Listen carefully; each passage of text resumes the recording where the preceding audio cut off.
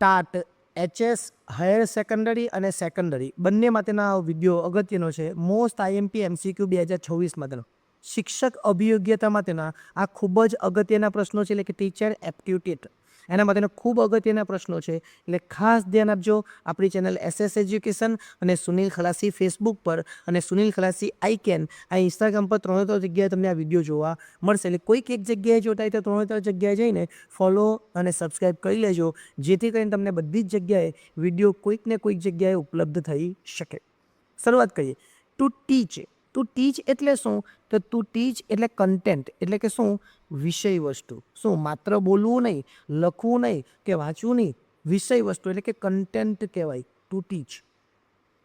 PM મોદીએ તાજેતરમાં કઈ પ્રગતિ બેઠકની અધ્યક્ષતા કરી હતી? તો 50મી. કઈ? 50મી પ્રગતિ બેઠક. દેશમાં યુવાનો માટે skill the nation AI challenge કોણે લોન્ચ કરી? રાષ્ટ્રપતિ દ્રૌપદી મુર્મુ એના દ્વારા લોન્ચ કરવામાં આવી. બાલ્યાવસ્થામાં રમતનું સૌથી મહત્ત્વનું કાર્ય કયું? સામાજિક કૌશલ્યો, સંચાર અને સહકાર વિકસાવવાનો. માત્ર મનોરંજન કરવા માટે રમત હોતી નથી, સમય પસાર કરવા માટે રમત હોતી નથી, શારીરિક કસરત આ બધું તો થવાનું જ છે, પણ એની સાથે સાથે સામાજિક કૌશલ્યો, સંચાર અને સહકાર બાળકોમાં વિકસે એટલા માટે બી બાલ્યાવસ્થામાં રમત રમાડવી જોઈએ. EV બેટરીના ટ્રેકિંગ માટે સરકાર દ્વારા કયો નિયમ એટલે કે નવો પ્રસ્તાવ રજૂ કરવામાં આવ્યો? બેટરી પેક આધાર રજૂ કરવામાં આવ્યો. ઉગલકેલ નામની યોજના હેઠળ કયું રાજ્ય વિદ્યાર્થીઓને મફત લેપટોપ આપશે? તો જવાબ આવશે તમિલનાડુ. તમિલનાડુ વિદ્યાર્થીઓને મફત લેપટોપ આ યોજના હેઠળ આપશે, એટલે જોઈ લેવાનું. સતત અને સર્વગ્રાહી મૂલ્યાંકન CCE શા માટે જરૂરી છે? શાળાની ફી વધારવા માટે ના, શિક્ષકોનો ભાર ઘટાડવા માટે ના, માત્ર પરીક્ષા લેવા માટે ના, એ બધું તો નોર્મલ છે જ, પણ ભારતના તમામ ક્ષેત્રોનો સતત વિકાસ થાય, મૂલ્યાંકન સુનિશ્ચિત કરવા માટે આ વસ્તુ જરૂરી છે, અને સતત સર્વગ્રાહી મૂલ્યાંકન કહેવાય. 78મી RBD પરેડનું આયોજન કયા શહેરમાં કરવામાં આવેલું? તો જયપુરમાં કરવામાં આવેલું હતું. આગળ. ધોરણ 1 અને 2ના વિદ્યાર્થીઓને શીખવા માટેની શ્રેષ્ઠ પદ્ધતિ કઈ? તો વ્યાખ્યાન દ્વારા ભણાવતો ભાગી જાય, ઊંઘ આવે, પ્રયોગ એ કરી નહીં શકે, પ્રવાસ લઈ જાય તો પણ એમાં એટલી મજા એને જોવામાં આવે નહીં. એટલે વાર્તા પદ્ધતિ, જો નાના છોકરાઓને તમે વાર્તા કરો, એક જંગલ હતું, એમાં સિંહ હતો, તો એ બધી વાર્તા કરીને ભણાવો ને તો એ વિદ્યાર્થીને ભણવાની મજા આવે. ત્યાર પછી આગળ. ભારતીય AI સંશોધન સંસ્થાની સ્થાપના કયા રાજ્યમાં કરવામાં આવી? તો જવાબ આવશે ગુજરાત. કેન્દ્રીય મંત્રી અમિત શાહે આસામમાં કયા નવીનીકરણ પામેલા થાનનું ઉદ્ઘાટન કર્યું? તો બતાદ્રવા થાન. કયું? બતાદ્રવા થાન. NEP 2020માં 5+3+3+4માં 5નો અર્થ શું છે? પાયાનો તબક્કો. આજે છે એ પાયાનો તબક્કો છે. આગળ.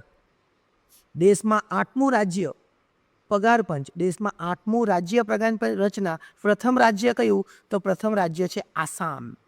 ખાતર સબસિડીના સરળ સંચાલન માટે સરકારે કયું પ્લેટફોર્મ લોન્ચ કર્યું? તો જવાબ આવશે E-બિલ. આગળ.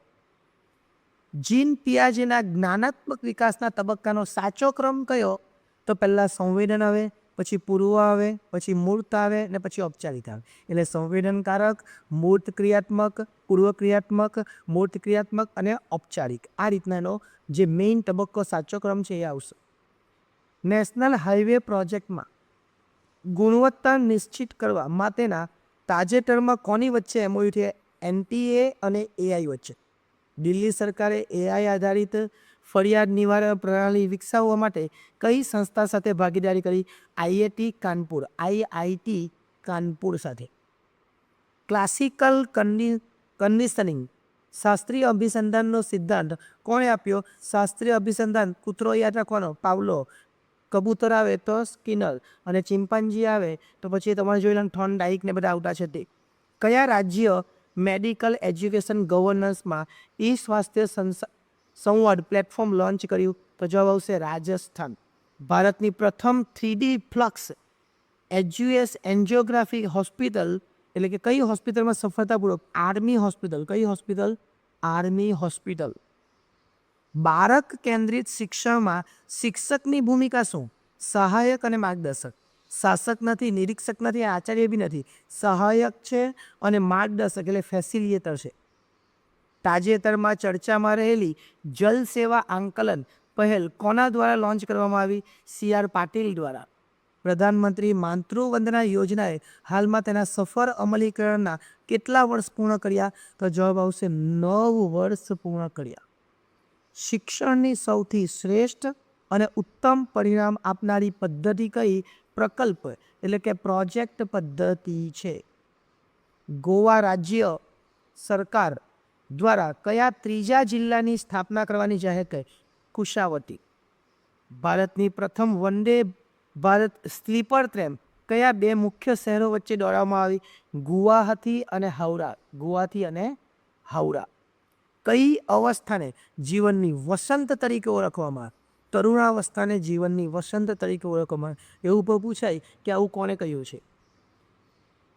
MOSPI દ્વારા કયો નવો લોગો અને માસ્કોટ લોન્ચ કર્યો? તો સાંખ્યકી. દક્ષિણ ધ્રુવ સુધી સ્કીઇંગ કરનાર સૌથી યુવા ભારતીય બનવાનું બહુમાન કોને મળ્યું? કામ્યા કાર્તિકેયનને. આગળ, કોના મતે સમગ્ર દેહતંત્રમાં થતો ફેરફાર એટલે વિકાસ? આવું કોણે કીધું છે? Crow and crow. આ બધાની વ્યાખ્યા છે જ, પણ આવું ક્રો એન્ડ ક્રોએ કહ્યું છે. ટેક્સટાઇલ સેક્ટર માટેની PLI સ્કીમ ક્યાં સુધી લંબાવવામાં આવી? માર્ચ 2026 સુધી. એનો મતલબ કે હજુ તો આ મહિનો ચાલતો છે.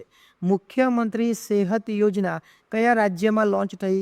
તો પંજાબમાં લોન્ચ થવા જઈ રહી છે. કિન્ડરગાર્ટન પદ્ધતિના પ્રણેતા? જવાબ આવશે ફ્રોબેલ. ઘણી વખત આ સવાલ પૂછાયેલો છે.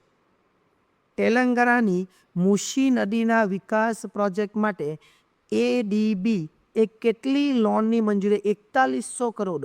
4000 કરોડ. PM મોદીએ તાજેતરમાં ભગવાન બુદ્ધના પવિત્ર અવશેષોનું પ્રદર્શન કયા શહેરમાં ખુલ્લું મૂક્યું?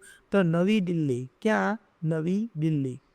ક્રો એન્ડ ક્રો મુજબ વૃદ્ધિ એટલે શું? તો શરીરના કદ, આકાર અને બંધારણમાં થતો ફેરફાર એને વૃદ્ધિ કહેવાય. આવું ક્રો એન્ડ ક્રોએ કહ્યું છે. આગળ, વર્ષ 2026ના પ્રથમ જલ્લિકટ્ટુ ઉત્સવનું શરૂઆત ક્યાં થઈ? તો થાચનકુરુચી. થાચનકુરુચી. ઐતિહાસિક બોરમદેવ કોરિડોર પ્રોજેક્ટ કયા રાજ્યમાં શરૂ કરવામાં? તો જવાબ આવશે છત્તીસગઢ. એટલે અહીંયા આપણા બધા જ પ્રશ્નો પૂરા થાય છે. આ અગાઉ પર ઘણા બધા વિડીયો બનાવેલા છે. વિડીયો ગમ્યો હોય તો લાઇક કરજો, ચેનલને બી સબસ્ક્રાઈબ કરજો અને આ વિડીયોને તમારા જેવા બીજા વિદ્યાર્થી મિત્રો છે ને એને શેર કરજો.